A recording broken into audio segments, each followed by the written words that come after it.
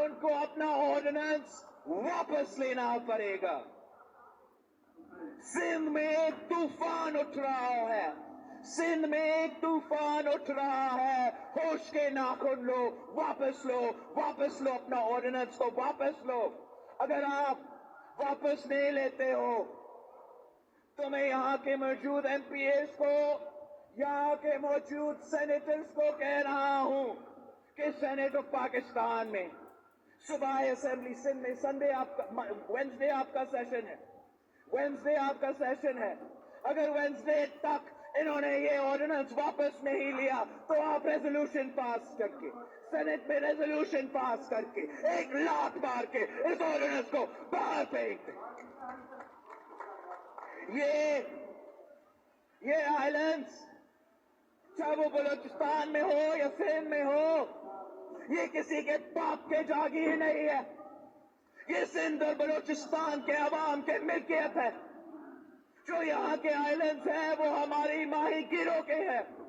ہم آپ کو ان کا آئلینڈز قبضہ کرنے نہیں دیں گے۔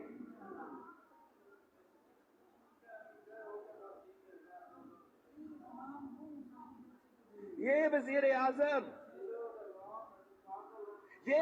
اعظم اس بات کی مثال بھی ہے کہ جب کٹ پتلیوں کو عوام پر مسلط کیا جاتا ہے تو نہ صرف ملک کے اندر عوام پر ظلم ہوتا ہے بلکہ فورن پالیسی بھی تباہ ہوتی ہے۔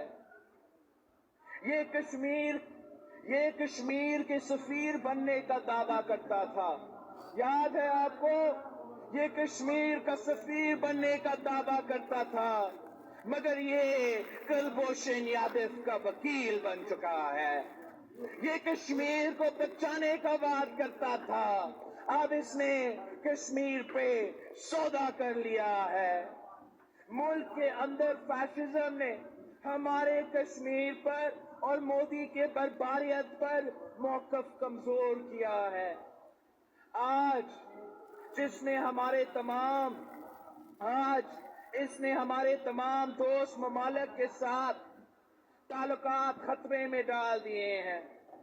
اس نالائق، نااہل اور لا علم وزیر اعظم کو جانا پڑے گا۔ آج کسان کے گھر میں بھوک ہے، مزدور بے روزگار ہے، پاکستان کا نوجوان مایوس ہے، بے گناہ شہریوں کو قتل کیا جا رہا ہے، ہمارے عوام لاپتہ کیا جا رہا ہے، اور اس جرم میں ہمارا ریاست ملوث ہے۔ ہمارے ہاسپٹلز میں دوائیاں نہیں ہیں، اور جہاں دوائیاں ہیں تو وہ عوام کی پہنچ سے باہر ہے۔ تعلیم کا بجٹ کم کیا جا رہا ہے، پاکستان کی معیشت تباہ ہو چکی ہے، اور کٹ پتلی حکمران بے فکر ہے کیونکہ یہ عوام کے ووٹ سے نہیں آئے، یہ کسی اور کے کہنے پہ آئے ہیں۔ یہ سلیکٹڈ وزیر اعظم کہتا ہے کہ میں جمہوریت ہوں۔ اس سے زیادہ آمرانہ سوچ کیا ہوتی ہے؟ یہ پارلیمان کو نہیں مانتا، آئین کو نہیں مانتا، اس کو عوام کی بھوک اور ان کے آنسو نظر نہیں آتے، اور یہ پاکستان کی پوری جمہوریت ہونے کا دعویٰ کرتا ہے۔ کسی ایک شخص کی حکومت جمہوریت کی نفی ہے۔ اس شخص کا غرور پاکستان کی عوام مٹی میں ملا دے گی انشاءاللہ۔ اس کٹ پتلی وزیر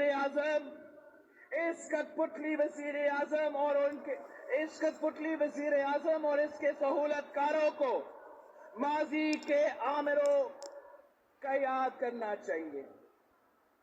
تم سے پہلے جو شخص یہاں تخت نشین تھا اس کو بھی اپنا خدا ہونے پر اتنا ہی یقین تھا۔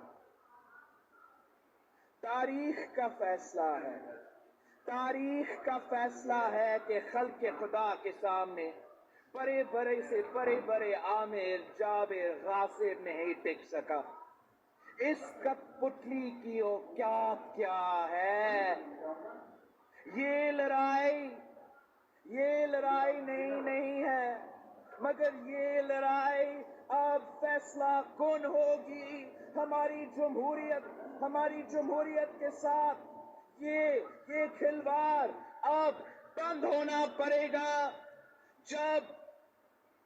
جب کبھی پاکستان میں آمرانہ طاقتیں جمہوریت اور عوام کے حقوق پر حملہ آور ہوئی ہیں تو پاکستان پیپلز پارٹی ان کے سامنے دیوار کی طرح کھڑی ہوئی ہے۔ ہم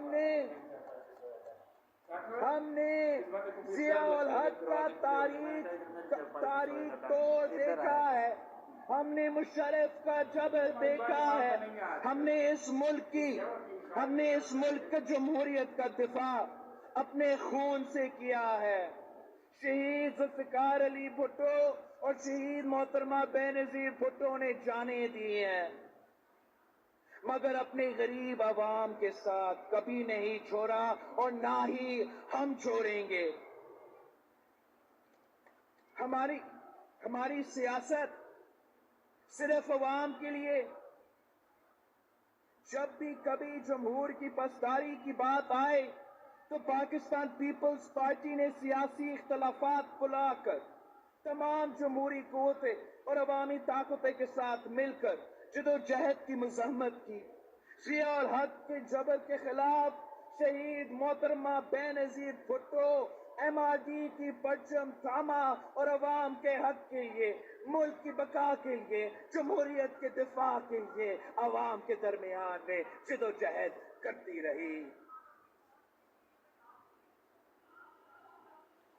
مشرف کے مارشل لاء میں شہید محترمہ بے نظیر بھٹو اور میاں نواز شریف صاحب نے چارٹر آف ڈیموکریسی کی بنیاد رکھی اور ملک میں حقیقی جمہوریت کی بحالی کا وعدہ کیا، اور اس وعدہ کو وفا کرنے کے لیے شہید محترمہ بے نظیر بھٹو نے شہادت قبول کی، مگر وہ فتح یاب ہوئی۔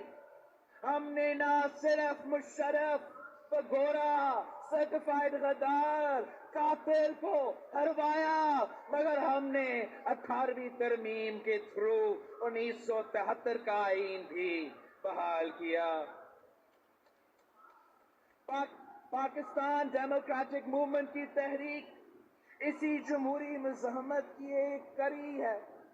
آج ہمیں پھر وہی لڑائی لڑنی ہے، اپنے غریبوں کے لیے، اپنے بچوں کے لیے، اپنے پارلیمان اور آئین کے لیے، اس ملک میں قانون کی حکمرانی کے لیے، اور طاقت کو اپنے اصل مالک یعنی عوام کو واپس دلانے کے لیے۔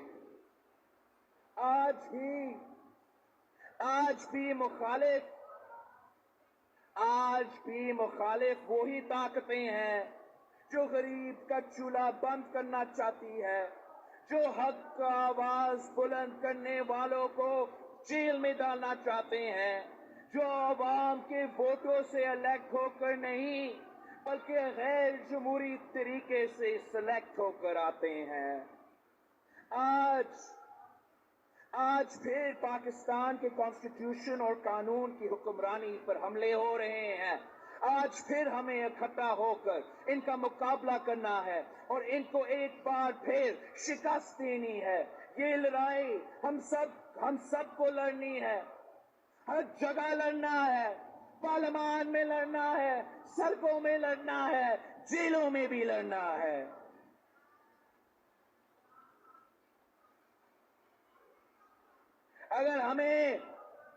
اگر ہمیں پارلیمان میں نہیں بولنے دیں گے تو ہم پھر سڑکوں پر بولیں گے۔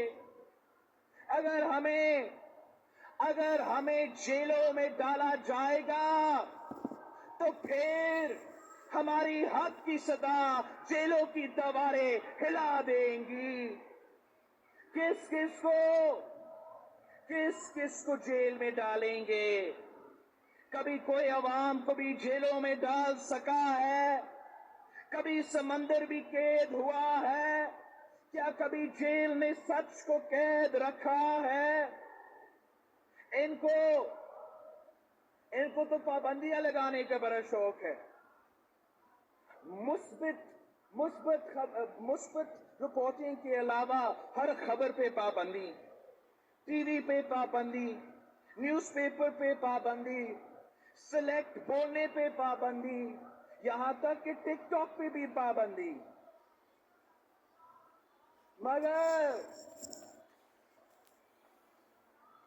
مگر عوام کے سوچنے پر کیسے پابندی لگاؤ گے؟ بھوکے بچے کے رونے پر کیسے پابندی لگاؤ گے؟ بے روزگار نوجوان کے غصے پر کیسے پابندی لگاؤ گے؟ عوام کی طاقت کے سامنے زور اور جبر والے نہیں ٹھہر سکتے. اس کٹ پتلی وزیر اعظم کی حکومت کی تو بنیاد ہی نہیں ہے. یہ سب ڈھانچہ کھوکھلا ہے. کیا یہ سمجھتے ہیں کہ ہم ان کی دھمکیوں سے ڈر جائیں گے؟ جیل کی دھمکی، موت کی دھمکی. ہم تو کارساز میں کھڑے ہیں. جب ہم بم دھماکے سے نہیں ڈرے، اس کٹ پتلی کی کیا اوقات ہے؟ اس سلیکٹڈ کی کیا اوقات ہے؟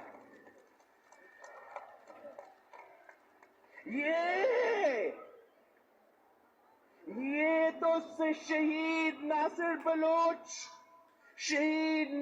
بلوچ جیسے جیالوں کے جماعت ہیں. شہید ناصر بلوچ جب ضیاء الحق کا پھانسی گھاٹ کا سامنا کیا تو اس نے اعتراض کیا کہ ساتھیوں، میں پھانسی چلنے جا رہا ہوں، خاموشی کیوں ہے؟ اور پھر پورا جیل گونج اٹھا کہ نعرے بھٹو، جیے بھٹو، نعرے بھٹو، جیے بھٹو. یہ شہید ایاز سمو جیسے جیالوں کا جماعت ہے، جن کو جب ملٹری کورٹ میں سزائے موت کا فیصلہ سنائی دیتے ہیں تو وہ کہتا ہے کہ اگر بھٹو پھانسی چڑھ سکتا تو ایاز بھی پھانسی چڑھ سکتا ہے.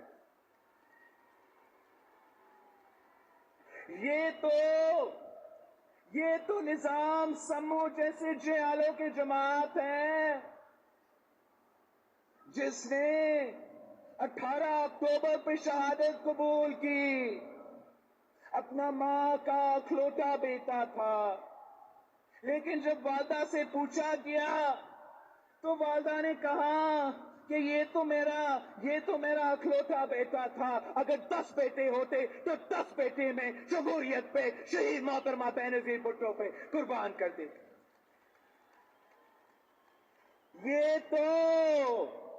یہ تو شہید رخسانہ فیصل جیسے بہادر جیالیوں کا جماعت ہے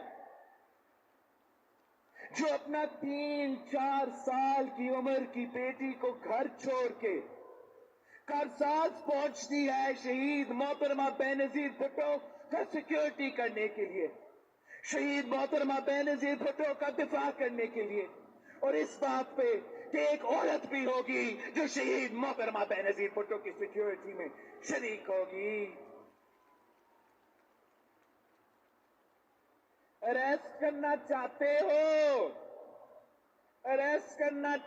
ہو، شوق پورا کرو، مگر یہ یاد رکھنا کہ یہ عوام خاموش نہیں بیٹھیں گے. ان بے حس حکمرانوں کے گھر کے در و دیوار ان کے نعروں سے ہلیں گے. عوام ان کے گھراؤ کریں گے. ہم اپنے بزرگوں اور گھر کے عورتوں کا گرفتاریاں نہیں دیں گے.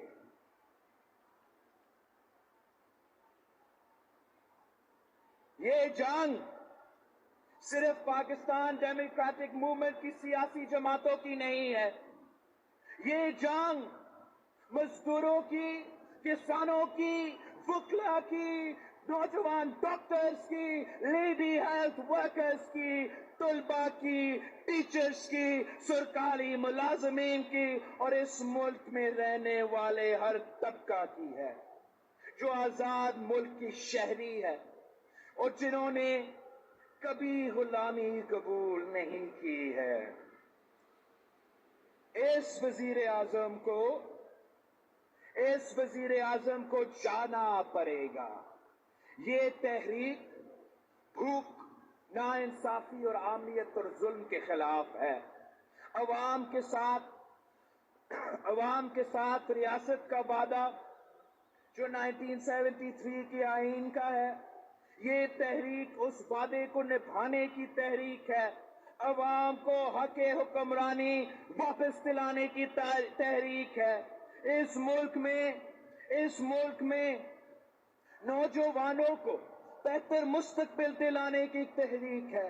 کسان، مزدور، عام آدمی کو، غریب کو روٹی، کپڑا اور مکان دلانے کی تحریک ہے.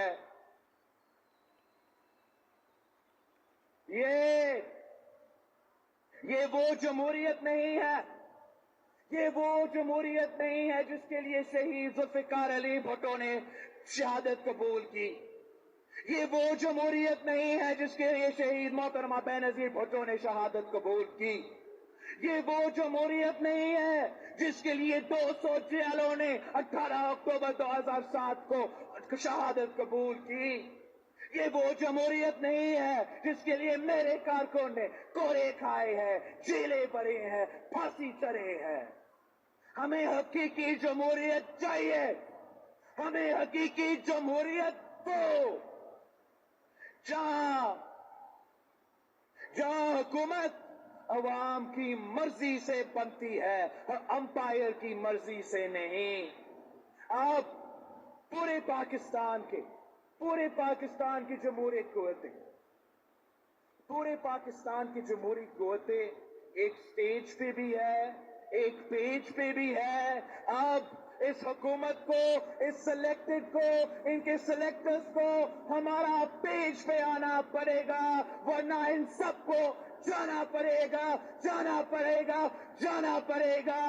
میں پی ڈی این کے کارکن کو، پاکستان پیپلز پارٹی کے کارکن کو بہت شکر گزار ہوں. پاکستان زندہ باد.